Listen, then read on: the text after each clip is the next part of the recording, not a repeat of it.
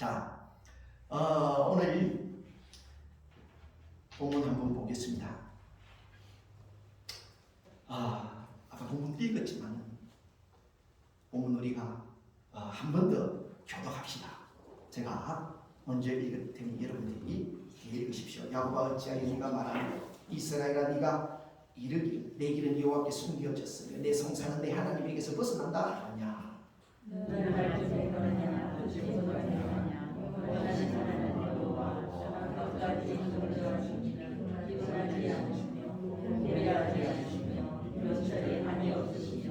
피곤한 자에게는 능력을 주시며 무능한 자에게는 힘을 더하시나니.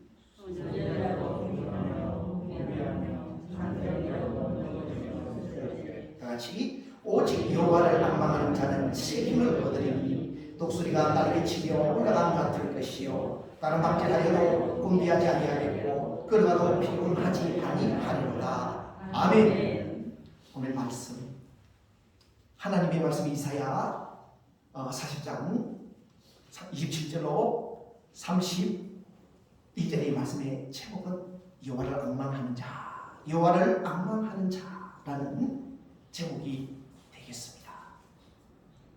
1942년 유럽에서 세계 2차 대전이 일어납니다. 전 세계는 공포에 휩싸입니다. 미국의 국민들도 공포에 휩싸여서 모두가 오돌오돌 떨고 있을 때 미국 뉴욕의 리버사이드 교회 해리 포스틱 목사님은 위대한 시대가 열리고 있다. A great time to be alive 라는 제목을 걸고 설교를 하였습니다. 세계 2차 대전이 일어났는데 모두가 다 죽음의 공포에서 부들부들 떨고 있는데 해리 포스틱 목사님은 역설적이게도 위대한 시대가 열리고 있습니다, 여러분. 이라고 하면서 외쳤습니다. 여러분, 이 제목이 말해주듯이 전쟁, 그 공포, 그것은 좌절과 절망이 아니고 끝이 아니라 새로운 시대, 정말 새롭게 시작할 수 있는 놀라운 계기가 열리는 그러한 것임을 증거하였다는 것입니다. 여러분, 시대가 암울하고 내가 생각할 때는 좌절이요 절망이지만 그것이 끝이 아니라는 사실을 우리는 알아야 합니다. 하나님께서 뭔가 새로운 일, 새로운 역사를 이루시려고 그렇게 하신다는 사실을 우리는 기억해야 하는 것입니다. 여러분, 오늘날 우리 나라를 보십시오.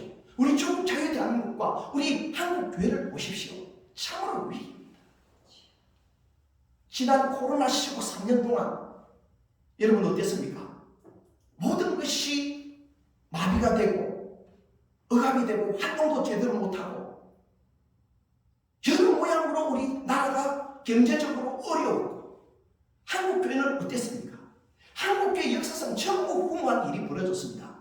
비대면이라는 표현으로 하나님 앞에 얼굴과 얼굴이 마주보면서 하나님이 기뻐하는 대면 예배를, 성전 예배를 드리지 못했습니다. 여러분, 정말 기가 찬 일이 일어났다는 것입니다. 더 기가 찬 것은 문재인 정권에서 한국교회 예배 드리지 마라, 10%만 드리라, 20%만 드리라 그렇게 말할 때 한국교회가 너무도 잘 따르고 순종을 너무 잘하더라는 것입니다. 하나님의 말씀에는 순종하지 아니하면서 정권의 말은, 지도자의 말은 세속, 지도자의 말은 너무도 잘 듣고 순종하더라는 것입니다. 하나님은 모이기를 힘쓰라 그랬습니다. 그 날이 가까움을 보면 볼수록 더욱더 그리 하라고 말씀하셨습니다. 더 모여서 기도하고 예배드리고 모이기를 힘쓰라 그랬는데 어찌됐는지 한국교회 성도들은, 아니요 한국교회 목사 목사들은 교회를 해체시키고 모이는 것을 오히려 금하고 성도들이 목사님 모여서 기도해야죠. 모여서 예배 드려야죠. 나는 성전 예배 드리고 싶어요. 라고 해도 안 됩니다. 오지 마세요. 오지 마세요. 각자 집에서 드리세요. 집에서 드리세요. 목사님들이 나서서 알아서 스스로 그렇게 해요. 하나님은 모이라 하길래. 코로나 시국에는, 전염병 시국에는 모여서 예배 드리지 않아도 된다라고 성경에 말씀하고 있나요? 아닙니다. 그런데 한국교회 목사들이 스스로 그렇게 하고 성도들이 스스로 그렇게 하더라는 겁니다. 한국교회의 큰 위기였습니다. 물론 저와 같은 목사는 끝까지 식사교제하면서 그렇게 오전 오후 예배 다 드리고 다 했습니다. 물론 저와 같은 목사들이 들어는 많이 있었습니다. 창원에 200~300 모이는 교회인데요. 제가 잘 아는 교회입니다. 그 목사님은요, 시에서 단속이 나와도 나는 주의 종이다. 나는 하나님의 종이다. 여기는 하나님의 몸된 교회다. 교회에서 하나님의 명령 따라 예배 드리는데 이게 무엇이 잘못되었는가? 세상 법에 종교의 자유가 있는데 왜 당신네들이 와서 억압하는가? 탄압하는가? 나는 예배 드려야 되겠다. 우리 교회는 예배 드려야 되겠다. 그렇게 하고 예배를 드렸습니다. 당신네들이 제재 하려면 해라. 법적 처벌하려면 해라. 나는 예배 드려야 돼. 성도들이 똘똘 뭉쳐서 예배 드렸어요. 그렇게 시에서 꼼짝을 못해요. 꼼짝을 못해요. 그랬는데 그 노예의 목사님이, 그 노예의 선배 목사님 한 분이요, 그러더랍니다. 이 목사, 아니 이 코로나 시국에 그렇게 예배 드리다가 만약에 한 사람이라도 코로나 걸려갖고 교회 전체적으로 코로나가 퍼지면 어떻게 그렇게 하냐고. 응? 정부에서 좀 모이지 말라고 하면 모이지 말아야지 그렇게 하냐고 그러더랍니다. 기가 꽉 차더라고요. 이제 몇 년이 흘렀습니다. 지금은 예배가 정상으로 회복되었습니다. 그런데 그렇게 말하던 그 목사님 교회 예배가 회복되어서 이제 성도들 여러분 교회 나오세요. 나오시고 예배 드립시다. 나오세요. 안 나오는 거예요. 심지어 장로조차도 안 나오더랍니다. 그때 그 목사님이 깨닫고 아차, 내가 어리석었구나. 내가 잘못했구나. 우리 노예의 이 목사, 그 교회와 그가 잘못된 것이 아니라 내가 잘못되었구나. 내가 어리석었구나. 내가 잘못 판단했구나. 땅을 치고 지금 구애를 한답니다. 지금은 나오라고 해도 안 나온대요. 며칠 전에, 얼마 전에 우리 총회, 대한예수교 장로회 총회 기독신문이 왔습니다. 기독신문에 읽어보니까 예배가 지금 정상적으로 회복되어도 30% 성도가 교회에 안 나온대요. 나와서 성전 예배를 드리지 않는다고 얘기를 하다. 기가 저는 찼습니다. 어찌 이럴 수가 있나. 왜 그럴까요? 집에서 예배 드려보니까 성전 나가서 예배 안 드려도 되는 것이던데, 굳이 교회 나갈 필요가 없었는데 집에서 드려도 되는 것이던데, 집에서 드려도 되는데 뭘 굳이 예배당까지 나가. 괜히 나가면 또 예배 시간에 헌금도 드려야 되고 안 나와. 집이 편한 거 이제. 제 아는 집사님이 처음에 그러더라고요. 처음에 코로나 비대면 시작했을 때에 모니터 보면서 예배를 드리는데 처음에는 정장 입고 소파에 앉아서 TV 딱 모니터 거실에 보면서 정말 예배 드리듯이 딱 차려져서 드린대요. 그런데 그 다음 주 되니까 정장이 안 입어지더래요. 편한복으로 입기 시작한 거예요. 그 다음 주 되니까 잠옷바람으로, 파자마 바람으로 앉아서 예배를 드리더라는 거예요. 그런데 가만히 앉아있으니까 허리가 아프잖아요. 소파에. 들어 눕게 되더라는 거예요. 들어 누워서 예배를 드리게 되더라는 거예요. 그리고 전화가 오면 전화 받게 되고요. 설거지가 설거지통에 있네. 예배 드리면서 설거지 하는 거예요. 모니터 뒤에 쳐다보면서 설거지 하면서 모니터 이렇게 예배를 드리더라는 거예요. 그러니까 사람이 점점 편안주의로 편리한 대로 타락해져. 그러다가 나중에는 어떻게 돼요? 예배를 안 드리게 되는 거예요. 그러면 어떻게 돼요? 세속으로 흘러가는 거예요. 결국 멸망의 길로, 지옥 길로 가는 겁니다. 지금 한국교회 우리 대한예수교 장로회 지금 나오지 않은 그 30%, 과연 그들이 집에서 신앙생활을 잘 하고 있을까? 여러분, 우리 한국교회는 지금 큰 위기를 맞았는데도 위기가 위기인 줄 모르고 있는 목사님들이 수두룩했습니다.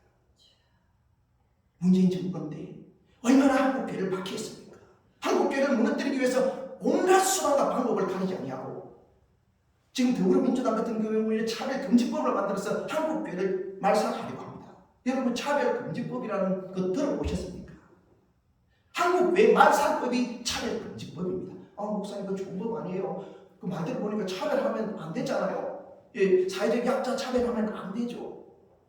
맞는 말 같지요. 사회적 약자란 LGBT, 동성애 여러분 들어보셨어요? LGBT 들어보셨습니까? 50여 가지 성소수자들 들어보셨어요? 그들이 어떤 자냐? 하나님께서 가장 싫어하시고 돌로 쳐서 반드시 죽이라고 하는 그런 자들입니다. 동성애자들 하나님께서 레위기 18장과 레위기 20장 13절에 반드시 죽이지. 남자가 남자, 여자가 여자끼리 하나님이 반드시 죽이라고 할 정도로 그 정도로 가정한 죄입니다. 그런 것을 합법화하는 거예요. 동성애는 죄입니다. 하나님이 가정의 여기십니다. 라고 설교하면 저 같은 사람은 이제 1년 이하의 징역을 산다든지 3천만 원 이하의 벌금을 내야 하는 것입니다. 이게 뭐냐? 한마디로 한국교회 해체하겠다는 거예요. 그리고 차별금지법이라는 것이 코에 걸린 코걸이, 귀에 걸린 귀걸입니다. 복음을 못 전해요. 영국처럼. 영국은 거리에서 복음 못 전합니다. 왜? 예수 믿어야 구원받는다 하니까. 아가씨 믿어도 구원받는데 왜 기독교인들이 예수쟁이들 것들은 예수만 믿어야 구원받는다고 얘기해? 차별이야. 해가지고 차별금지법에 걸립니다.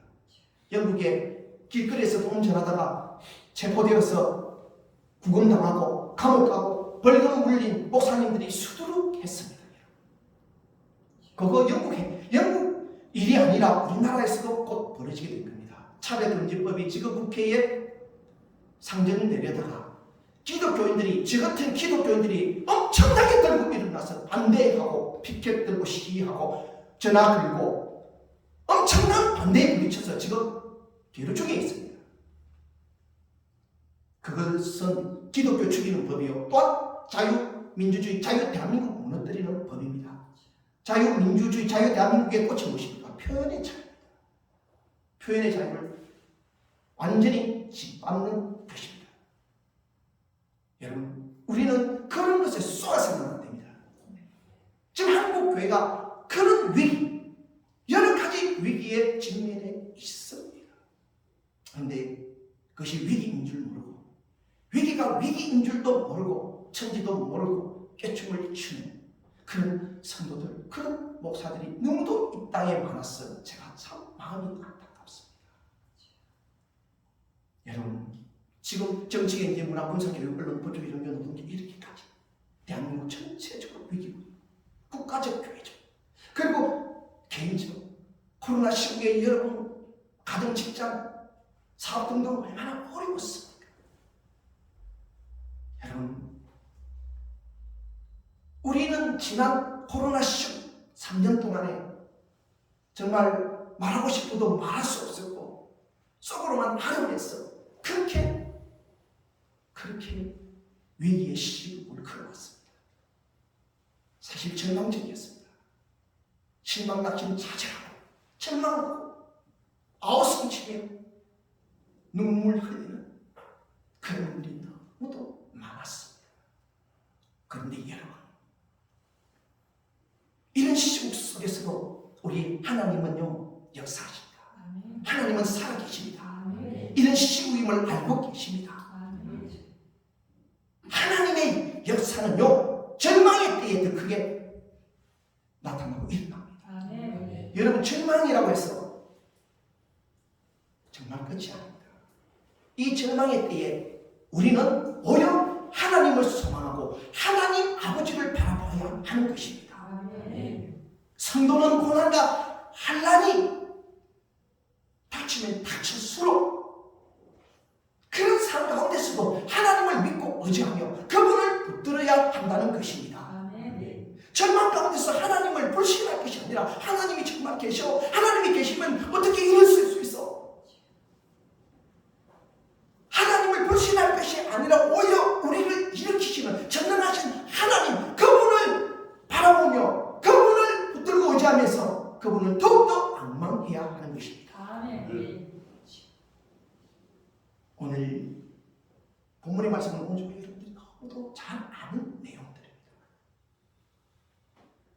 오늘 이 본문의 이스라엘 백성들의 상황과 처지가 어떠한가? 극심한 고난에 시달리고 있었습니다. 그들은 그런 절망적인 상황 가운데서 하나님을 불신하기 시작합니다.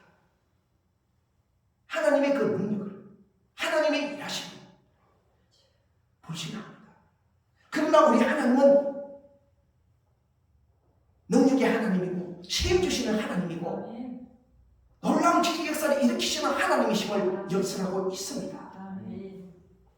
여러분, 오늘 성경에서 하나님께서는요, 절망 가운데서 하나님을 불신하는 이스라엘 백성들을 향해서 절망할 것이 아니라, 불신할 것이 아니라 오히려 힘주시는 하나님, 그분을 악망하라, 그분을 바라보라, 그분을 더 의지하라, 그분을 기다리라고 권면하고 있습니다. 오늘 우리 본문 27절에 먼저 보면 야곱아 어찌하여 네가 말하며 이스라엘아 네가 이르기를 내 길은 여호와께 숨겨졌으며 내 성산은 내 하나님에게서 벗어난다 하느냐. 이스라엘 백성들이 어떻게 한다고요? 내 길은 여호와께 숨겨졌으며 내 길은 여호와께 숨겨졌다는 겁니다. 여호와 하나님께서 내 길을 지켜주시지 않아. 여호와 하나님께서는 내 길을 외면하셔. 여호와 하나님께서는 내 길을 나를 버렸어. 여호와 하나님에 대한 불신으로 가득 찼습니다. 그리고 내 성산은 내 하나님에게서 벗어난다 하느냐. 여기서 송사라는 것은 소송이 아니라 하나님 앞에 부르짖어 기도할 때 하나님 앞에 드리는 그 호소, 하나님은 내 호소를 듣지 않아. 내 호소는 하나님에게서 벗어나. 하나님은 내 기도에, 내가 부르짖는 네 호소에 관심이 없어. 하나님을 향한 그 불신으로 가득 찼다는 것입니다. 그래서 하나님께서 어떻게 말씀을 하냐? 야곱아 어찌하여 네가 말하며 이스라엘아 네가 이르기를 내 길은 여호와께 숨겨졌으며 내 성산은 내 하나님에게서 벗어난다 하느냐. 왜 그렇게 나를 불신하느냐 이 말입니다. 이어서 하나님이 뭐라고 그럽니까? 너는 알지 못하겠느냐, 듣지 못하겠느냐. 영원하신 하나님 여호와 땅끝까지 창조하신 이는 피곤하지 않으시며 공개하지 않으시며 명철이 한이 없으시며.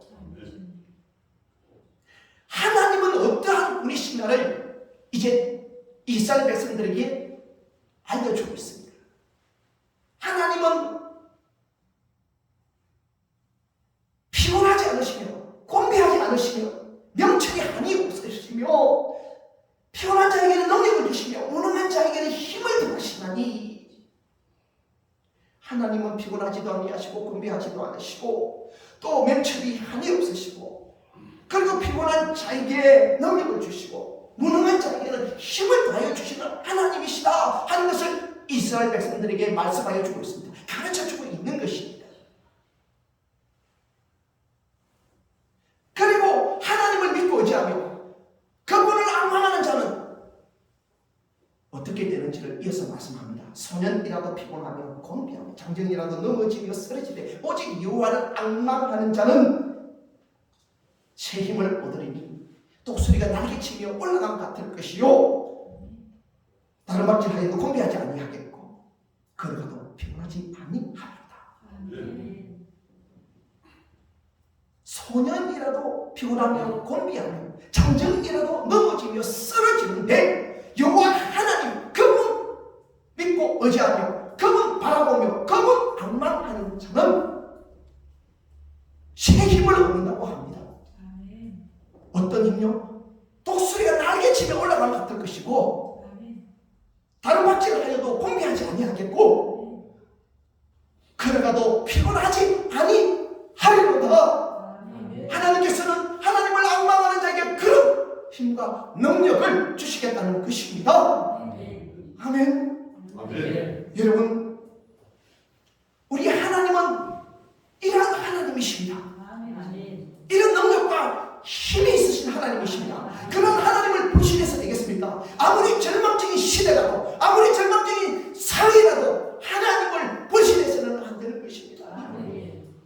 오늘날 사고는 오늘 저와 여러분 하나님을 불신하지 맙시다.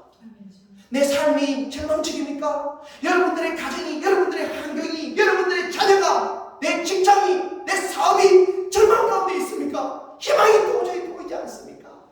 여러분, 하나님을 믿으면 그분을 끝까지 믿고 의지하십시오. 그분을 바라보십시오. 악망하십시오. 하나님께서 반드시 이길 능력을 주십니다. 힘을 주십니다. 하나님을 불신하지 마시기 바랍니다. 아멘. 오늘 여기 보면은 32절에 보면은 오직 여호와를 악망하는 자는이라고 합니다. 악망하는. 이게 악망은 우르를 ang에 망자를 써서 우르를 바라보다라는 그런 의미입니다. 사전적인 의미로는 간절한 마음으로 우르를 바라보다라는 그런 의미를 지니고 있는데요. 히브리어 언어로는 이 악망하다가 카바입니다. 히브리 카바. 이 카바는 기다린다라는 뜻입니다. 기다린다. 우리 한글 의제 개정판에는 악망하다라고 번역을 했는데요. 원래 히브리 원어는 카바입니다. 카바는 기다리다는 뜻입니다. 그리고 영어 성경에 보면요, 킹 제임스 버전, NASV, RSV, NRSV 등등 영어 성경에도 보면요, 뭐라고 번역해놨는가? wait, 기다리다로 번역을 해놨습니다. 사실 그게 더 정확한 번역입니다. 그러면은 여호와를 기다리는 자는 이렇게 되겠죠. 여러분, 우리는 기도해놓고 우리는 소망하고 소원하면서 인내하며 기다리는 것을 잘 하지 못합니다. 여러분, 여호와 하나님을 바라보면서 우리를 보면서 붙들고 의지하면서 기다리지를 못합니다. 여러분, 우리는 기다려야 할 것입니다. 여호와 하나님을 기다리십시오. 기대하면서 고대하면서 그분을 기다리십시오. 그리하면 하나님이 반드시 에가님에 여러분들의 실망, 낙심, 좌절시키지 아니하고 여러분들의 기대대로, 여러분들이 하는 그 기도대로 이루어질 것입니다. 놀라운 기적의 역사를 보여주실 것입니다. 하나님은 살아계시기 때문에 여러분들의 기도의 제목 안고 일어서 여러분들이 뭐라고 소원하는 그 모든 것을 다 알고 있습니다. 여러분들의 마음의 생각과 뜻까지도 감찰하고 계시고, 우리는 머리카락이 몇 가닥인지 잴 수 없습니다. 그러나 하나님은 머리카락 하나조차도 세고 계신다고 성경에 말씀하고 있습니다. 믿으십니까? 믿으시길 축원합니다. 그 하나님께서 기다리는 자에게 복을 주시고요, 기다리는 자에게 능력을 주시고요, 기다리는 자에게 힘을 주시고요, 기다리는 자에게 놀라운 기적의 역사를 보여주십니다. 믿으시길 축원합니다. 그러므로 오늘 저희 여러분들은 어떠한 상황 가운데서도 절망하지 마시고 전능하신 하나님을 붙들고 의지하며 그분을 바라보며 그분의 역사와 그분의 일하심을 기대하면서 기다리십시오.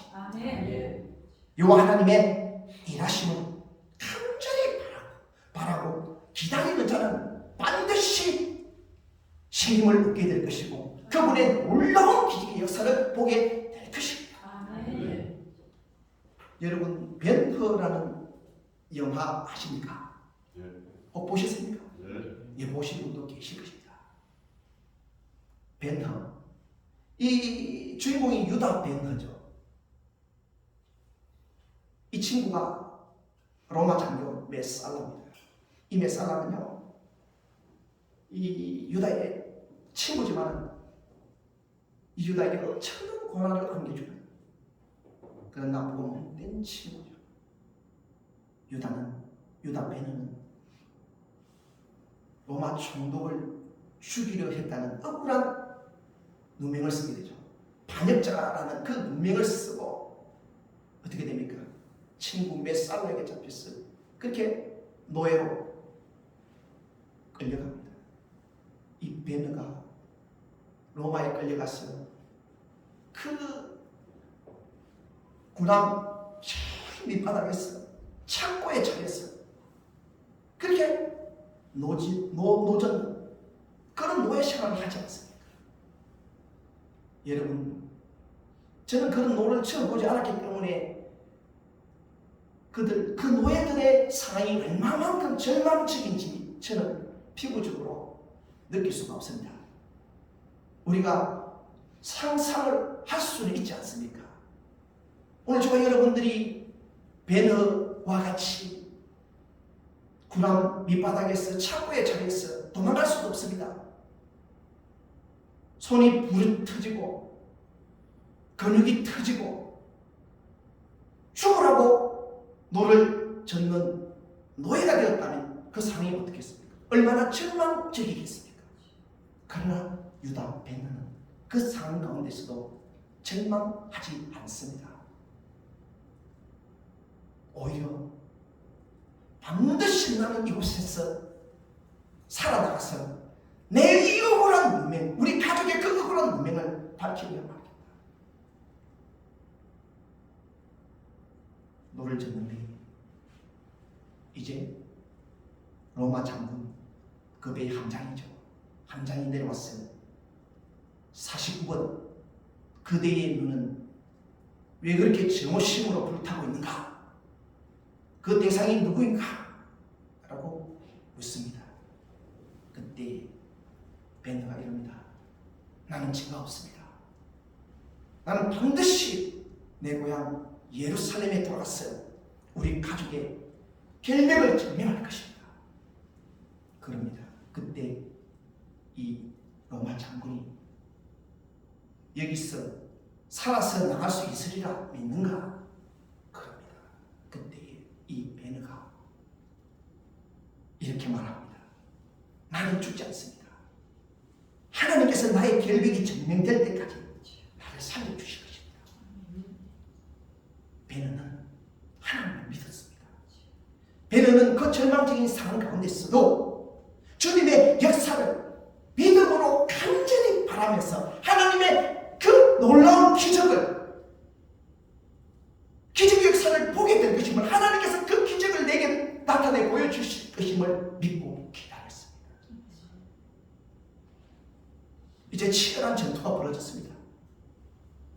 벤허가 타고 있던 그 배가 크게 파손되어서 가라앉기 시작합니다. 창고에 차에서 어떻게 됩니까? 함께 오르륵 하고 바다에 수장되는 것 아니겠습니까? 우여곡절 끝에, 천신만고 끝에 그 창고를 풀고 헤엄을 쳐서 살아나옵니다. 그때 보니까 함장 로마 장군이 바다에서 우적거리고 있습니다. 그 함장을 건져줍니다. 그 장군이 너무 고마운 나머지 그 벤허를 자기 양자로 삼습니다. 이 벤허는 노예에서 하루아침에 로마 귀족의 양자가 되었습니다. 신분이 바뀌었습니다. 그리고 자기 고향 땅 예루살렘에 돌아옵니다. 복수의 눈빛으로 타올랐지만 그곳에서 누구를 만납니까? 바로 골고다 언덕에서 십자가 십자가에 못 박혀 피 흘려 죽어주신 예수 그리스도, 그분을 만나고 그분을 내 구주로 믿고 영접하게 됩니다. 그러니 어떻게 됩니까? 자신의 원수가 불쌍하게 됩니다. 그 원수를 용서하는 마음이 생겨나게 됩니다.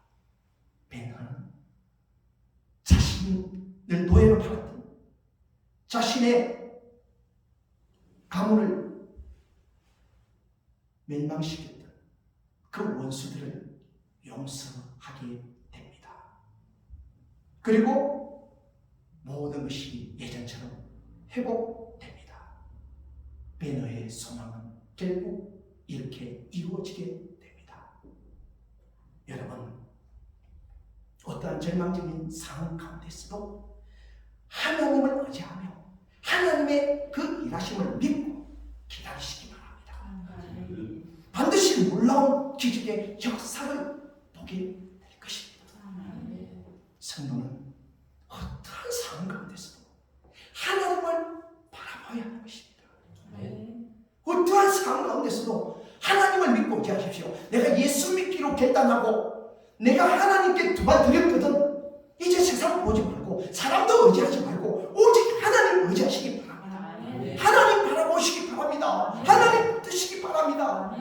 인생 살다 보면은요, 절망적인 상황들이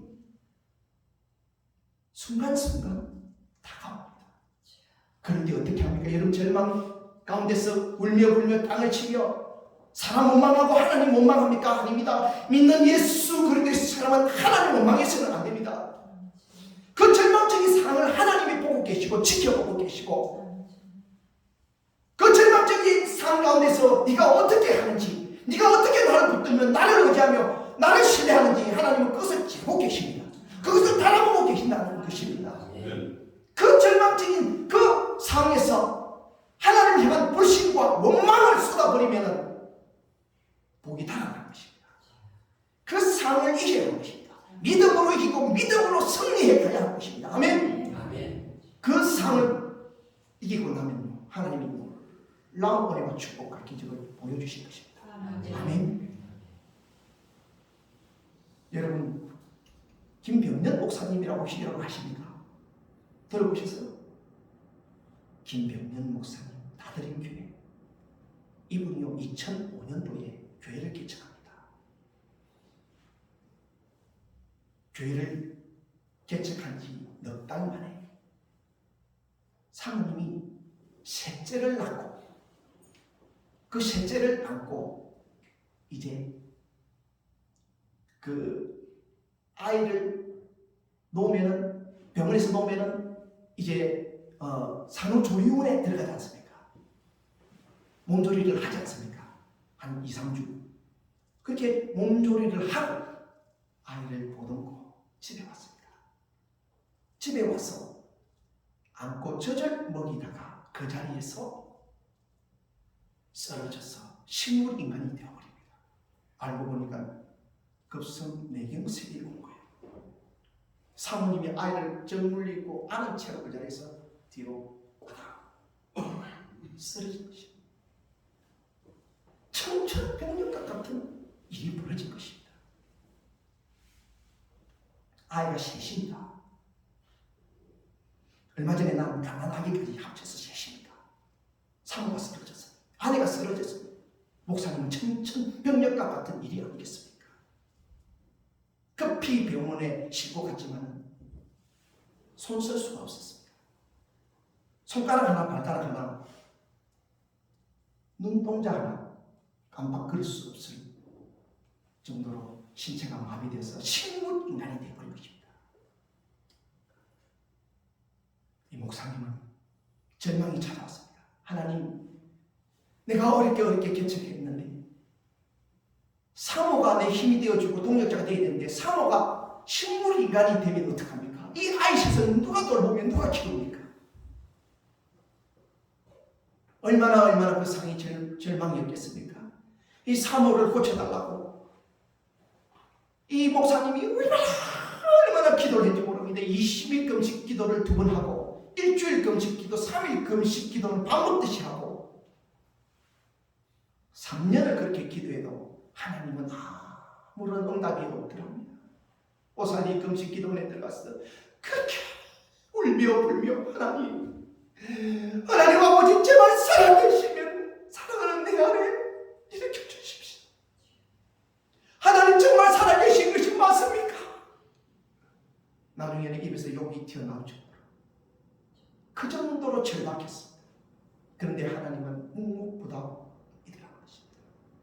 그런데 놀랍게도 주변의 사람들, 많은 사람들을 통해서 필요한 물질, 돈은 엄청나게 하나님께서 보내주시더라고요. 하나님 돈 말고요.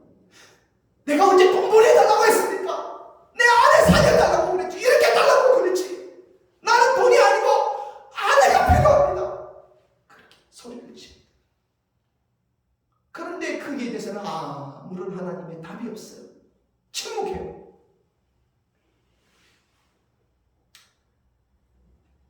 어느 날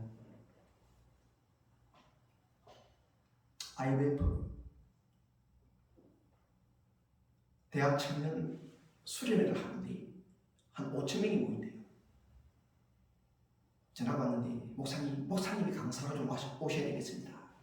목사님이 필요합니다. 그래 목사님이 아니 나같이 개척교회 작은 교회 목사가 그 큰 수련회에 가서 뭘 하겠습니까?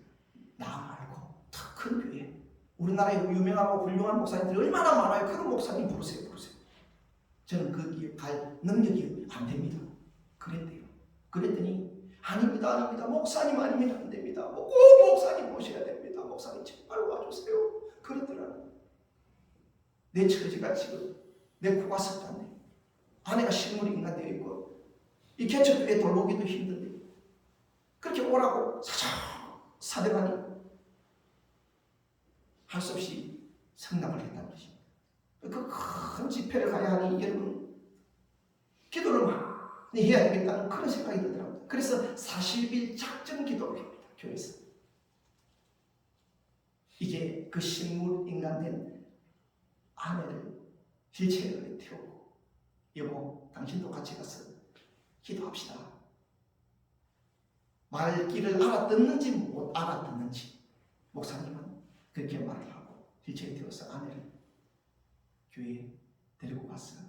목사님은 강대상에 무릎 꿇고 앉아서 기도하고 사모님은 그 옆에 날씨가 추우니까 담요를 덮었어요. 그리고 무릎에는 전기 담요 그걸 덮어서 따뜻하게 해서 그렇게 사모님은 옆에 이제 앉혀놓고 본인은 이제 철학 기도를 하는 겁니다. 그 40일 작정 기도 중에 33일째 되는 날 사모님 무릎에 담요를 그렇게 전기 담요를 올려놓고 따뜻하게 놓고 기도를 하고 있었습니다. 근데 너무 피곤한 나머지 새벽부터 저녁 늦게까지 사모님 동기적이며 다 갈아줘야 되고 그리고 그 미역도 이렇게 목으로 이렇게 다 그렇게 먹여줘야 되고 하나부터 열까지 본인이 다 해야 되고 얼마나 피곤하고 힘들겠습니까? 주일 되면요 거의 반 녹초가 된답니다. 그러다 보니까 하루에 서너 시간 많이 자면 4-5시간 잔대요. 그러다 보면 기도할 때 꾸벅꾸벅 초는 거예요. 그날도 기도하다가 그냥 잠이 쏟아져가지고 순간 졸아버렸는데 3시간이 지났다. 그런데 옆에 뭔가 타는 냄새가 나서 딱 보니까 세상에 전기 담요에 불이 나왔습니다. 그 사모님 허벅지가 까맣게 다 타버렸더라고요. 그냥 그것을 보는 순간 그냥 자기 자신이 엉망이 되지면서 화가 나고 그냥 눈물이 쏟아지는데 내가 내 사랑하는 아내 허벅지를 올라가 다 태웠고 여러분 그 사모님이 식물인간 돼서 말을 못해서 그렇지 감각은 있잖아요. 신경은 살아있잖아요. 그 허벅지가 올라가면 시커멓게 탈 정도로 얼마나 뜨거웠겠습니까? 얼마나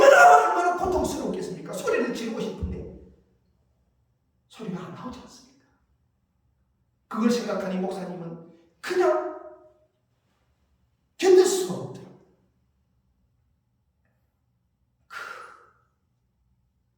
하나님 앞에 또 울면서 하나님을 원망합니다. 하나님, 왜 자꾸 이렇게 나를 이렇게 때리시냐고. 이제 좀 그만 좀 하시면 안 되냐고. 하나님, 나를 좀 그만 때리세요. 그만 때리세요. 그렇게 아내를 병원에 실어다 놓고 이제 수련회가 되었습니다. 강사로 이야기되어 있으니 안 갈 수가 없잖아요. 그러면 안 떨어져요.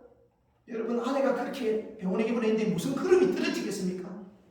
무슨 단위에 올라가서 설교가 되겠습니까? 그래도 약속한 것이 같습니다. 3박 4일 동안 그 청년들에게 말씀을 선포하는 게 본문을 루키스를 잡았어요. 루키스 1장부터 4장까지를 그렇게 하루에 한 장씩 설교를 해나가는데 첫날입니다. 루키스 1장에 보면은 나오미의 남편이 엘리멜렉입니다. 그들의 고향이 어디입니까? 베들레헴입니다. 베들레헴에 흉년이 들었어요. 그들이 어디로 갑니까? 모압 땅으로 갑니다. 모압 땅에 갔더니 그 남편 엘리멜렉이 그 모압 땅에서 죽습니다. 그리고 아들 둘이 말론과 기론이 있었죠. 모압 땅에서 모압 여인과 어떻게 해서 결혼을 해서 장가를 들었습니다. 그런데 얼마 후에 그 아들 둘이 말론과 기론이 죽습니다. 나오미에게는 이제 그 며느리 오르바와 룻만 남았습니다. 남편 잃고 사랑하는 두 아들 잃었으니 이 얼마나 절망적인 상황입니까? 나오미는 다시 고향 땅으로 돌아가고자 합니다. 가다가 가만히 생각하니까 오늘은 죄 없는 이 며느리 내가 데리고 가서 뭐 하겠니? 그런 생각이 들었던 모양이죠. 그래서 나오미가 이럽니다. 얘들아 너희들은 너 고향 땅 돌아가라. 너 친정으로 가거라. 거기 가서 새로운 남자 만나서 그렇게 행복하게 잘 살거라. 그때 며느리 오르바 루시는 울며 불며 안 됩니다. 어머니, 제가 어머니 따라가겠습니다. 그럽니다. 아니다 하면서 끝까지 나오미가 돌아갈 것을 그렇게 요구합니다. 그때 나오미는 오르바는 입을 맞추고 자기 고향 땅으로 돌아갑니다. 그때 끝까지 룻은 그 시어머니 나오미를 따라 가고자 합니다. 어머니, 저는 죽어도 어머니 따라가겠습니다. 어머니의 백성이 나의 백성이 되고 어머니 하나님인데 하나님이 되고 내가 어머니 죽는 그곳에서 나도 죽겠습니다. 내가 죽기 전에 어머니를 떠나는 일이 있으면 하나님께서 내게 벌을 내리시고 더 내리시기를 원합니다 하면서 죽어도 어머니와 함께 가겠다는 거예요. 할 수 없이 나오미는 며느리 룻을 데리고 자기 고향 베들레헴에 도착합니다. 베들레헴에 도착하니까 고향 사람들이 나오미를 알아보는 거예요. 루키스 1장 19절로 그 21절에 보면요, 고향 땅 베들레헴에 도착했을 때 베들레헴 사람들이 이럽니다. 이가 나오미가 아니냐? 그러면 나오미가 뭐라고 합니까? 나를 나오미라 하지 마라. 부르지 마라. 나를 마라라 부르라. 이는 전능자가 나를 심히 괴롭게 하셨습니다. 전능자가 나를 심히 괴롭게 하셨거늘 어찌하여 너희가 나를 나오미라 부르느냐? 그럽니다. 나오미가 여러분 무슨 뜻입니까? 나오미는 기쁨, 희락이라는 뜻입니다. 여러분, 나오미에게 기쁨이 있습니까? 희락이 있습니까? 없습니다. 왜? 모압 땅 가서 사랑하는 남편 잃었죠. 그 사랑하는 두 아들 잃었습니다. 남편 잃고 두 아들 잃었는데 무슨 기쁨이 있고 희락이 있겠습니까? 괴로움밖에 없다는 것이죠. 그래서 전능자가 나를 심히 괴롭게 하셨느니라. 전능자가 나를 괴롭게 하셨거늘 너희가 어찌 나를 나오미라 부르냐? 어찌 기쁨이라 부르냐? 나를 나오미라 부르지 말고 뭐라 부르려고 했어요? 마라라 부르라. 마라는 뭡니까? 쓰다, 괴롭다는 뜻입니다. 나를 기쁨 희락이라 부르지 말고 나를 희락이 사라졌노라. 나에게는 기쁨이 없어졌노라. 나를 말하라. 즉 괴로움이라 불러라. 나는 내 마음속에 내 심령 속에 괴로움밖에 없다. 남편 잃고 두 아들 잃고 거지 중에 산거지가 돼서 고향 땅 돌아왔습니다. 이 얼마나 비참하고 이 얼마나 슬픈 현실입니까? 동네 사람이 이가 나오미가 아니냐, 이가 기쁨이 아니냐. 전능자가 나를 심히 괴롭게 하시느니라. 이 구절을 설명하면서 설교하면서 이 김백년 목사님이 그 자리에서 울음을 터뜨려서 하나님 나 좀 그만 때려, 나 좀 그만 때려 하면서 얼마나 울었던지요. 그 나오미의 신세가 바로 이 김백년 목사님 자기 신세일 겁니다. 공감이 되는 겁니다. 얼마나 울었는지 거기에 있는 청년 5,000명이 다 같이 울어버린 거예요. 울음바다가 돼버린 거예요. 그렇게 해서 그 집회를 마치고 돌아왔어요. 아내의 다리를 절단하게 됩니다. 그 아내의 다리를 절단할 때 얼마나 속이, 마음이, 가슴이 찢어졌겠습니까? 그 아내의 다리를 절단하고 돌아오면서 쇼윈도에 신발 가게 신발이 보이는데 얼마나 눈물이 나는지 다시는 내 아내에게 이 신발을 신길 수가 이제는 없겠다. 하나님 날 좀 그만 때려주세요. 날 좀 그만 때려주세요. 날 좀 그만 때려요 하면서 그렇게 울게 됩니다. 집에 돌아왔는데 제일 힘들 때가요. 주일날. 그것도 아내가 젊으니까 생리기를 하잖아요. 똥, 오줌, 생리까지 동시에 할 때는 그냥 미치고 환장하게 돼요. 그것도 자주. 그래서 한 번은 기저귀를 갈아서 똘똘 말아서 그냥 화가 나서 아내에게 그냥 누워있는 아무 말도 없다 아내 배에 쫙 집어던지면서 그만 좀 싸면 안 되겠냐, 좀 참으면 안 되겠냐, 그렇게 소리를 질렀다는 거예요. 그랬더니 그리고 하나님 앞에 원망하면서 그렇게 울고 있는데 하나님이 너 나를 좀 사랑해 주면 안 되겠니? 라고 하더라는 겁니다. 그때 김백년 목사님 사랑하고 있잖아 이씨, 사랑하고 있잖아. 여러분 지금 웃지만은 그 김백년 목사님의 그 심정, 그 마음은 제가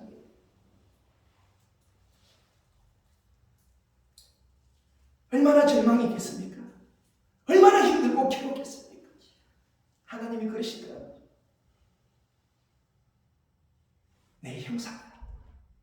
그 누워있는 그 식물인간 나는 내 형상이라. 내가 하나님, 병든 하나님, 가장 약한 하나님,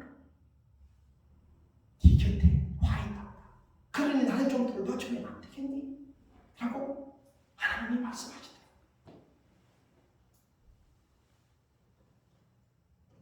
김백년 목사님은요, 지금 17년째 식물 인간된 그 아내를 돌보고 있습니다.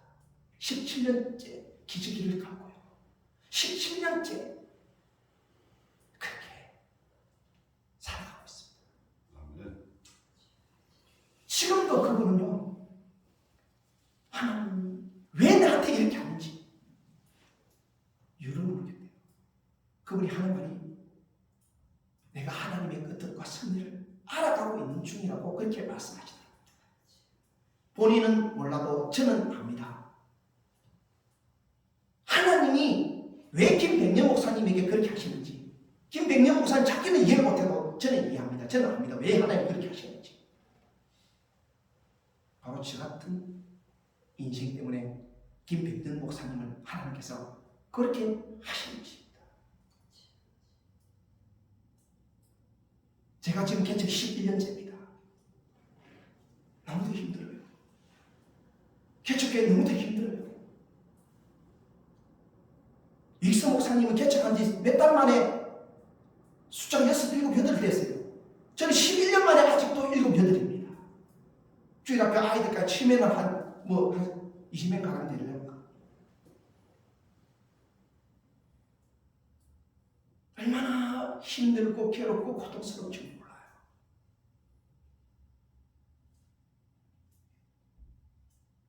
포기하고 싶어요. 내려놓고 싶어요. 그런데 김백년 목사님 같은 분을 보면서 저런 분들도 끝까지 인내하면서 이 길을 가는구나. 적어도 내 안에는 식물 인간이 아니잖아. 적어도 내 안에는 말할 수 있고 움직일 수 있고, 적어도 내 안에는 나와 함께 기도할 수 있고, 나와 함께 동역자 되어서 이 개척교회 함께 일구어 갈 수 있잖아. 힘이 되는 거예요. 김백년 목사님 보면서 내가 힘을 얻는 거예요. 저 김백년 목사님도 저렇게 저 삶 가운데서도 인내하며 주의 길을 가는구나. 포기하지 않구나. 나 같은 사람 포기하지 말라고. 나 같은 사람 자신감 잃지 말고, 실망나시고 좌절하지 말고, 절망하지 말고 끝까지 주의 길을 가라고 김백년 목사님을 그렇게 한 거예요. 김백년 목사님은 모를 겁니다. 나 같은 사람, 나 같은 개척하는 목사들이 이 세상에 수두룩했습니다. 김백년 목사님을 보면서 아마 힘을 얻을 겁니다. 저런 목사님도 있구나. 내가 김백년 목사님 감정을 들으면서 내 자신 너무도 부끄러웠습니다. 저 목사님은 저 삶 가운데서도 저도 애 셋이지만, 그도 애 셋이, 그도 그쪽도 애가 셋이잖아요. 그런데 사모님이 식물이 그 삶 가운데서도 목회를 해요. 포기하지 않아요.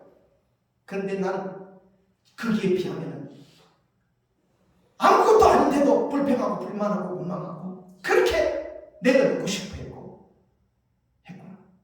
내 자신이 너무도 부끄럽다고 그 감정을 들으면서요. 포기하지 말아야 되겠구나. 김백년 목사님도 저렇게 힘을 내고 가는구나. 하나님께서 바로 나 같은 사람 위해서, 내 같은 사람 그 목사님 보면서 힘내라고, 포기하지 말고 이 길 가라고 김백년 목사님을 그렇게 한 거예요. 나는 김백년 목사님이 왜 그렇게 하나님께 그런 고통과 괴로움을 당하는지 나는 알아요. 나 같은 사람 위해서 하나님이 김백년 목사님을 택하고 김백년 목사님 그렇게 친 거예요. 나는 그렇게 해버리면 나는 감당할 수 없고, 나는 견딜 수 없고, 나는 포기해버리고, 아이고 그냥 하나님 내 때려치워요. 나 안 합니다. 그래버리기 때문에, 나를 잘 알기 때문에 내 안에도 식물이 있는 만들어내고 하는 거예요. 김백년 목사님을 보면서 저는 힘을 얻습니다. 그분이 왜 그렇게 괴로움을 당하는지 나는 압니다. 김백년 목사님은 자기는 몰라요. 그런데 본인은 하나님의 뜻과 하나님의 섭리를 알아가는 중이라고 그렇게 말씀을 하시더라고요. 아멘. 내가 언젠가 그분을 만나게 될는지는 모르겠지만 그분을 만나게 되면 꼭 이 말을 해드리고 싶습니다. 나 같은 인생 때문에 목사님을 그렇게 하나님이 치신 것입니다. 내 같은 인생이 이 땅에 아마 수두룩 갈 것인데, 김백년 목사님 당신을 보면서 오늘도 힘을 내면서 주님의 길을, 십자가의 길을 두벅두벅 걸어갈 것입니다. 아니면 벌써 포기했을 것입니다. 라고 저는 말해주고 싶습니다. 여러분, 오늘 중요한 것이 무엇이냐? 우리의 희망과 소망은 오직 하나님. 김백년 목사님이요, 그렇게 절망 가운데서도 하나님 앞에 따지고, 하나님 나 좀 그만 때려, 왜 날 때려, 왜 나를 이렇게 때려, 제발 날 그만 때려 따지고, 그렇게 불평하면서도 끝까지 하나님을 붙듭니다. 끝까지 하나님을 바라봅니다. 끝까지 하나님을 갈망합니다. 아멘. 여러분, 오늘 저와 여러분들은 김백년 목사님과 같은 상황은 아니잖아요. 죄송합니다. 여러분 중에 그보다 더한 상황이 있는지도 모르겠습니다. 제가 여러분들 상황을 모르니까. 그보다 더한 상황이라고 여러분 힘을 내십시오. 하나님 붙드십시오. 하나님 의지하십시오. 하나님 바라보십시오. 하나님을 기다리십시오. 반드시 하나님의 놀라운 기적의 역사를 보게 될 것입니다. 하나님이 보여주실 것입니다. 아멘. 아멘. 미국에 남북전쟁이 예전에 있었죠. 그 남북전쟁 가운데 남북전쟁이 한참 되게 미국을 걱정하면서 사람들이 이제 모였습니다. 링컨 대통령과 대화하는 자리를 가졌어요. 그때 청년한 사람이 이제 우리 미국은 끝장난 라고 말하면서 비통한 그 심정을 토로했습니다. 그때 링컨이 다가가서 그 청년의 손을 잡으면서 이렇게 말합니다. 내가 청년의 뒤에 어느 등남 높은 노인 한 분과 가을밤 하늘을 바라본 적이 있다네. 그때 무수히 많은 벨동물이 떨어져서 내가 두려움에 떨었지. 그랬더니 그 노인이 내게 이렇게 말을 했다네. 저 무수히 떨어지는 두려움을 보지 말고 더 높은 곳에서 찬란하게 빛나는 저 별들, 저 희망들을 보게나. 여러분, 그렇습니다. 지금 내 주변에 일어나고 있는 일들로 인해서, 나의 절망적인 그런 상황들로 인해서 낙심하고 찾아라고 두려워하지 마시기 바랍니다. 여러분, 그 이면에서 역사하시는 하나님을 바라보시기 바랍니다. 하나님은 이 세상 역사의 주관자가 되십니다. 하나님만이 우리의 소망이 되십니다. 우리의 희망입니다. 아멘. 하나님은 모든 것이 합력하여 선을 이루게 하시는 분이십니다. 오늘 저와 여러분들의 삶 가운데서도 합력하여 선을 이루게 하실 것입니다. 지금 여러분 절망 가운데 있습니까? 하나님은 절망 가운데 있는 자에게 무한한 힘과 능력을 주시는 분이십니다. 오늘 성경 본문에 말씀하시지 않습니까? 피곤한 자에게는 능력을 주시며 무능한 자에게는 힘을 더하시느니 소년이라도 피곤하며 곤비하며 장정이라도 넘어지며 쓰러지되 오직 여호와를 악망하는 자는 실의 힘을 얻으리. 독수리가 날개치며 올라간 같을 것이요 다른 밖에 아니고 곤비하지 아니하겠고 그가도 피곤하지 아니하리로다. 힘 주시는 하나님, 능력 주시는 하나님, 그분을 의지하시고 두려워하지 마시기 바랍니다. 우리 하나님은 이사야 41장 이 다음 장에서 뭐라 그럽니까? 10절에서 두려워하지 말라, 내가 너와 함께합니다. 놀라지 말라, 나는 네 하나님이 됨이라. 내가 너를 구체하게 하리라. 참으로 너를 도와주리라. 참으로 나의 오른손으로 너를 붙들리라. 하나님은 그렇게 말씀하십니다. 여러분, 어떤 상황 가운데서도 두려워하지 마시고 어떤 상황 가운데서도 나와 함께 하시는 하나님, 그분을 믿으시기 바랍니다. 하나님이 반드시 내게 힘을 주실 것이고 너희 이 상황을 이기고 극복하고 승리하며 놀라운 하나님의 은혜와 기적의 역사를 보도록 하실 것입니다. 그 하나님을 믿으시기를 바랍니다. 믿으시기를 축원합니다. 오직 믿음으로 여호와 하나님 그분의 날을, 그분의 때를 기다리십시오. 반드시 기적의 역사를 보게 될 것입니다. 하나님을 인내하며 끝까지 기다리시기를 주의 이름으로 축원합니다. 아멘. 우리 주품에 품어서서 이 찬양 우리 한번 부르고 우리 통성으로 우리 합심해서 한번 기도합시다. 주품에 품어서서